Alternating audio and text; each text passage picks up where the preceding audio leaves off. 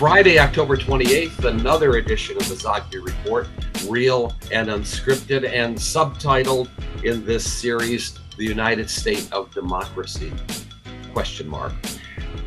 Okay, it's October 28th, and what we do, among other things, is elections. And so we have to talk about the election with about 10 days to go. And so I'm just going to get started.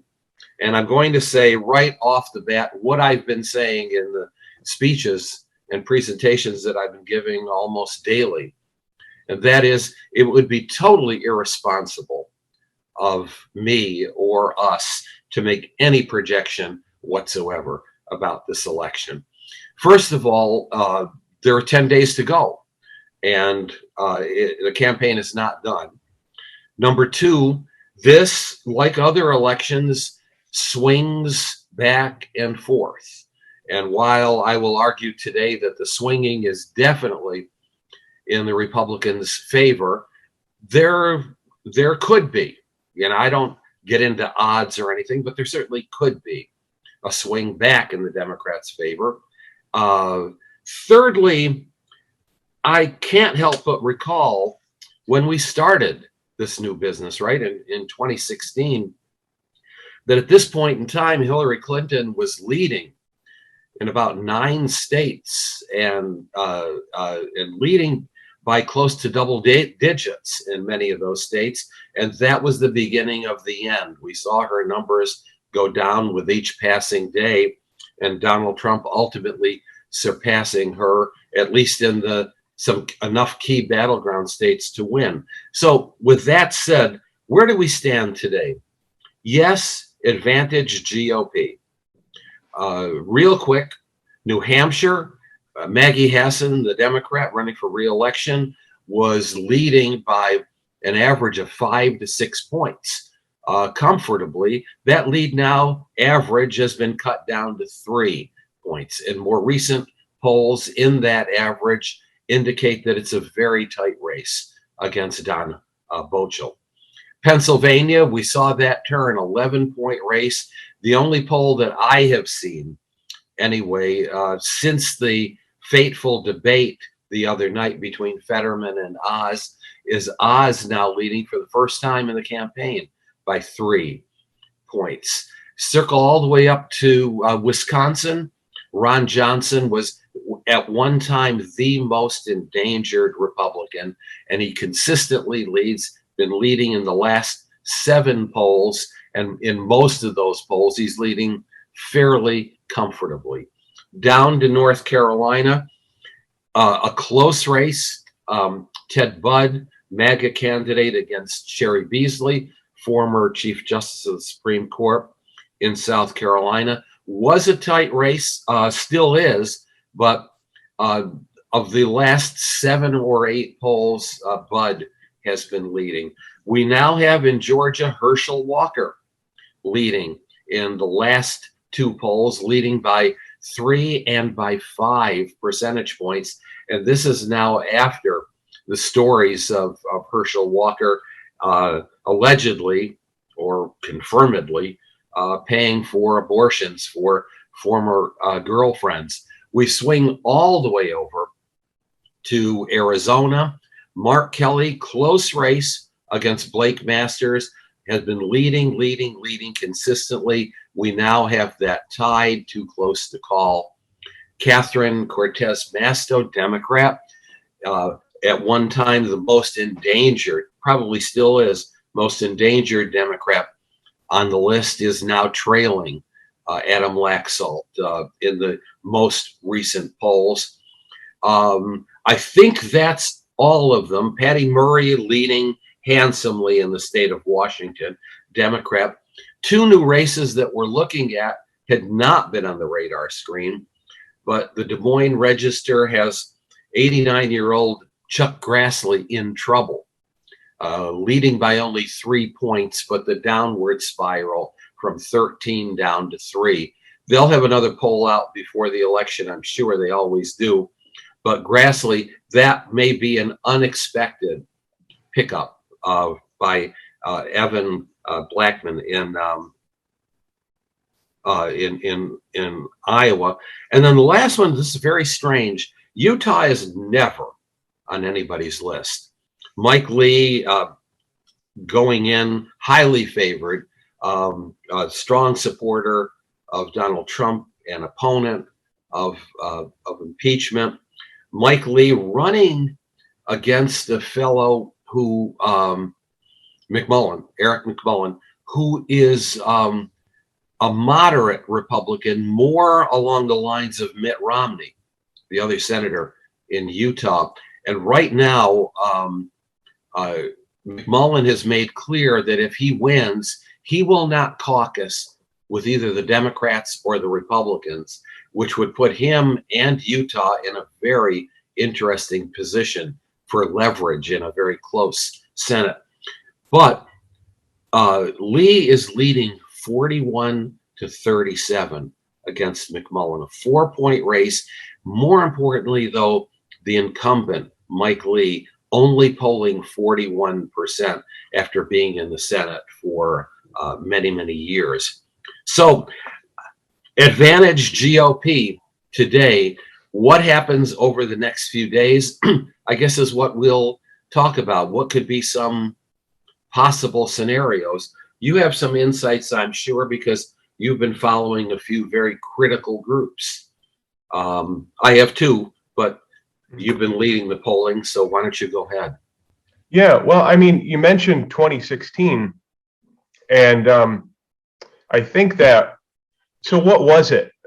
Assuming that the polls were right and Hillary being ahead double digits and then slipping very much in that last week, there were those WikiLeaks. There were the leaks of, various stuff about Hillary Clinton's emails and all kinds of bad things. And that seems to be what pushed independents over the edge into Trump's camp.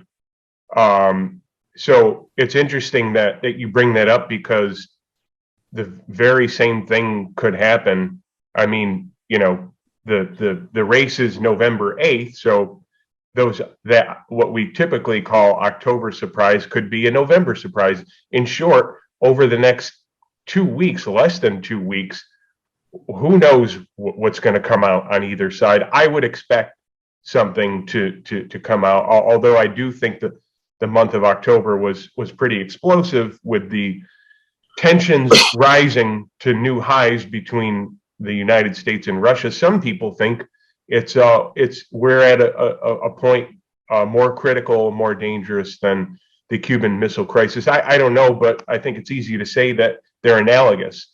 So what else is going to come out? What else is going to happen between now and then is likely to could very well seal the deal. But I would agree with you that it's very close.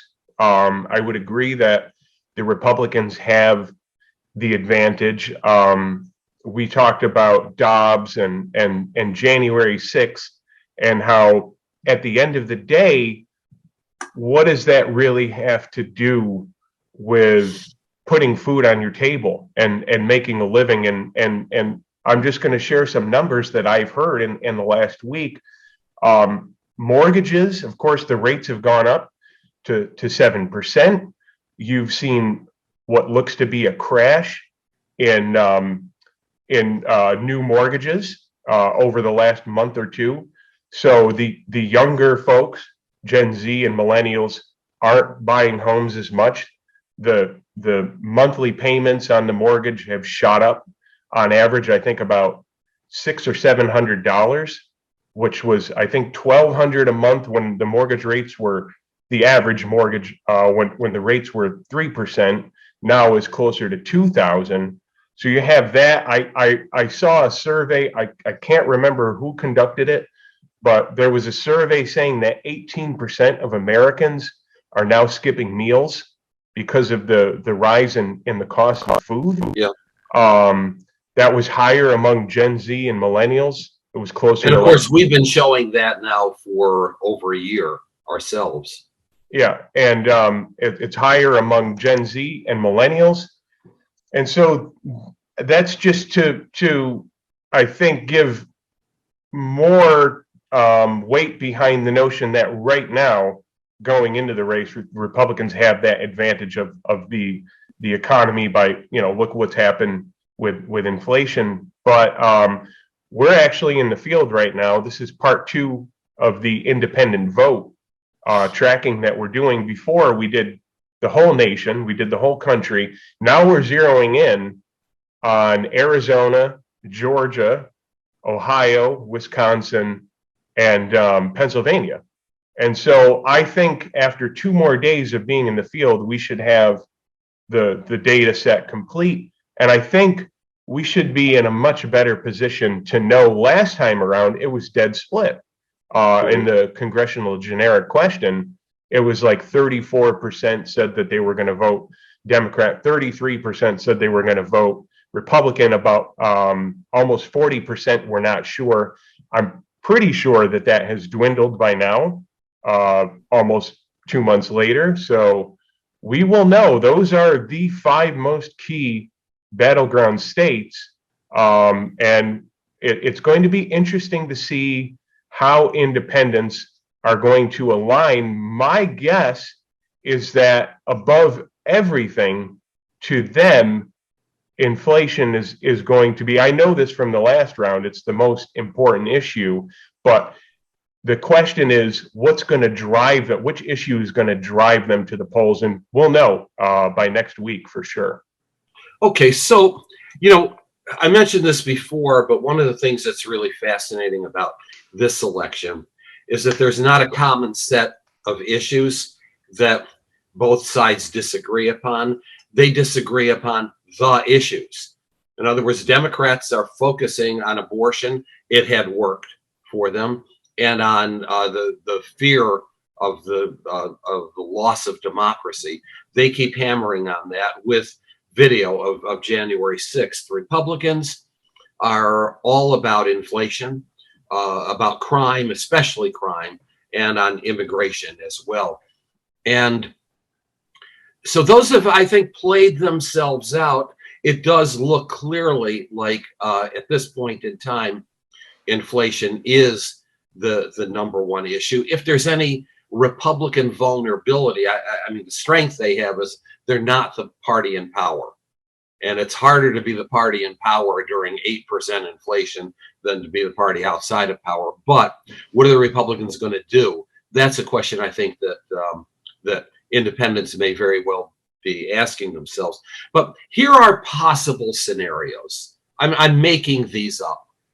You tell me, kind of a lightning rod round, we'll go back and forth on this, whether you think this could have an impact and who would it have an impact on. All right, so number one, we do have a Labor Department report coming out next Friday. That's November 4th. Thus far, applications for unemployment, new unemployment, is down significantly. If that report is good next week, no sign of a looming recession. We already have 2.6% annualized GDP growth. If that unemployment picture next week looks good, will that have an impact or not? And if so, whom? I don't think so, because I don't know. First of all, I have to be honest. I don't know how many Americans take seriously and don't take seriously the unemployment numbers. But what I did see this morning were numbers that spending has outpaced income, and that when you adjust income for inflation, you see that savings has dropped to 3%, meaning that the average American can only save 3% a year, which is the worst we've had in many decades. I think the record is 3.1. So again, that just goes to the cost of living. You go back to the survey that I mentioned, 18% of Americans who are skipping meals. And what does it matter if unemployment has gone down when people still can't afford 3 square meals a day? Okay, so scenario number two is there's been a powerful Ukrainian counter-offensive and a withdrawal retreat on the part of the Russians. What if the Ukrainians continue this counteroffensive, push Russia even further out of Crimea and the eastern Ukraine, and declare victory, thanking the United States for its support? Yes or no? Between now and the election. Well, yeah, I mean, if Ukraine clearly wins the war, right? I mean, that would probably have it could have an effect, but you know, it's been interesting to see AOC, who's held 2 or 3 town halls in which they have been very, very much disrupted by her constituents, who were very angry at her, and who said that you promised that you were going to be different, but you have become the establishment, especially with the war in Ukraine. So we've actually seen support among her voters go against her so much that 30 Democrats came out with a statement saying we need to rethink this. Of course, somebody got a phone call because that was retracted within 24 hours. But I guess what I'm trying to say is I think what's happening now is the support for what's going on in Ukraine. A lot of people are calling it into a question when we're now full-blown talking about the prospects of nuclear war. So it's very difficult to see Russia being wiped out within 10 to 14 days. But to answer your question, yeah, I mean, that could have an impact. And to be fair, that letter was signed back in June under different circumstances, and many of the Democratic signers of that letter have retracted the support in that letter. All right, let's go to Kim Jong-un. Anything is a surprise on his part, defies rationality oftentimes in many ways. But suppose he were to get particularly aggressive and the United States were to retaliate in some way. Would that make Joe Biden look strong, look decisive? Would that have an impact? I don't know. I really don't know. I don't either.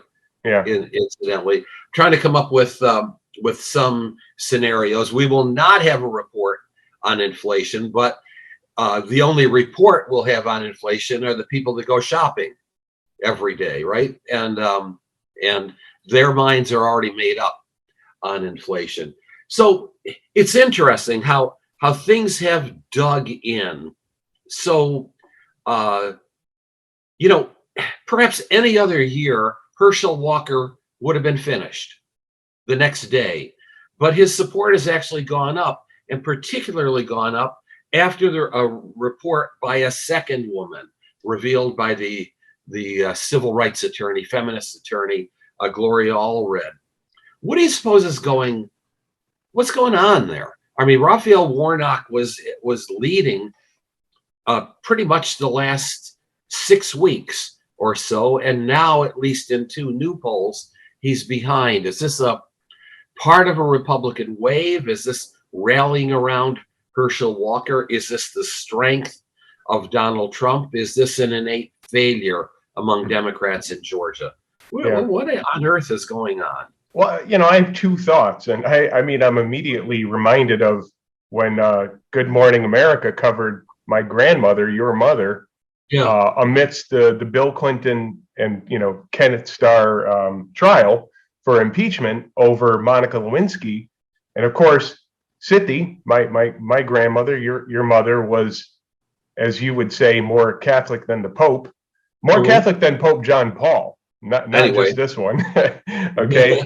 And they asked what she thought about it, and she admitted, she said, I'm a lifelong Democrat, but I don't look to the president for moral guidance, right? I look for a leader to lead the country. And that's basically paraphrasing what she said. Yeah. In other words, she expects politicians to be politicians, but who's a better leader? Who's a better governor? And so I think that's what's at play. You know, whether this happened with Herschel Walker's girlfriends a year ago or 20 or 30 years ago, I think the fact is that, you know, people aren't, when they go to the polls, especially in Georgia, they're not anointing their spiritual leader. They're voting for somebody who they think better represents the country. Is it values? Well, apparently not. It's values. It's what's going to be politically good for Georgia. Now, he may go out and he may pay for abortions, but does that mean that he's going to seek to overturn Dobbs? No, he'll represent his base. So there is a contradiction in action, but it's more about how is he going to represent us, and the perception is he's going to represent them on the case of abortion. And I got to say, I think it will be very interesting if Herschel Walker wins.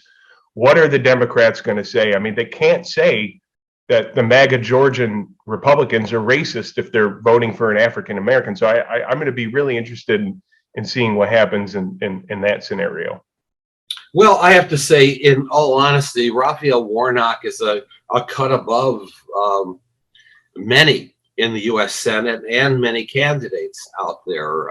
He's very good candidate. And so this is in many ways a surprise. I guess my point is not so much contradiction as hypocrisy. Hypocrisy used to be the one deadly sin. And we saw that there was a certainly strong element of hypocrisy with Bill Clinton as president. And now, you know, being militantly against abortion and at the same time having a record of having allegedly paid for abortions should be the sort of thing that sparks some outrage at the very least. And I guess that doesn't really appear to be the case. Okay, so we've aired it out. We've got next week. We'll see if the pendulum swings. I will alert you, folks, to the fact that in 2000, daily tracking for Reuters and NBC, I saw those numbers switch from as high as a national lead by Bush of 6 points, swinging all the way to a 6-7 point lead by Gore, and it was going back and forth. In 2004, same with Kerry and Bush. 2012, the same sort of thing. It was the weekend before the election that young women decided to come out and vote for Obama. They'd been disappointed in him, but people will forget, and they shouldn't, that the 2012 election of Obama versus Romney was highly, highly competitive until the weekend before. So we'll see. No projection here, at least not today, nor from you. If I see a clear trend line in that independent voter survey in the battleground states, I may, but I need to see that data first. All right. Good conversation. I hope you folks liked it out there. Let us know, you know, what you're thinking. Some of you already do, but please, we'd love to read it. Have a good week. We'll talk. You and I will talk in 10 minutes, but we'll talk again next Friday. Definitely. Bye-bye. Yeah.